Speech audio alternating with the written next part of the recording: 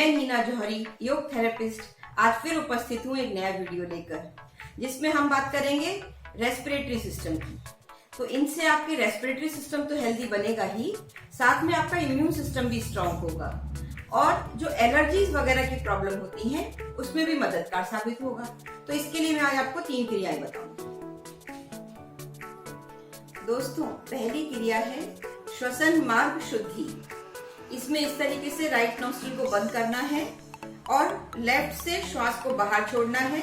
Simultaneously पेट को अंदर लेना है। इस तरीके से 10 टाइम्स करना है। उसके बाद इस तरीके से 10 टाइम्स करना है। Elbow should be parallel to the ground. उसके बाद दोनों हथेलियों को घुटनों पे रखेंगे और इस तरीके से इसको 20 टाइम्स करना है। स्ट्रोक्स बिल्कुल उसी तरह से करने हैं जैसे हम कपालभाति में करते हैं। कपालभाति में सेम स्ट्रोक्स शैलो और फास्ट होते हैं, जबकि इसमें स्ट्रोक्स स्लो और हेवी रखने हैं। दोस्तों, दूसरी क्रिया है प्राण प्रक्षालन क्रिया। इसमें इनहेल करते हुए हाथों को ऊपर ले जाना है, देन फोर्सफुल एक्सपल्शन। ये देखिए, इसको 10 बार दोहराना है। दोस्तों, अगला आसन है परिवर्तित चक्रासन। परिवर्तित चक्रासन में पहले हम दाईं तरफ झुकते हैं और फिर बाईं तरफ झुकते हैं, जिससे जिस तरफ हम झुकते हैं उधर हमारे लंग्स कॉन्ट्रैक्ट हो जाते हैं, जबकि दूसरी तरफ एक्सपेंड हो जाते हैं, तो उनकी पूरी कैपेसिटी यूज हो जाती है।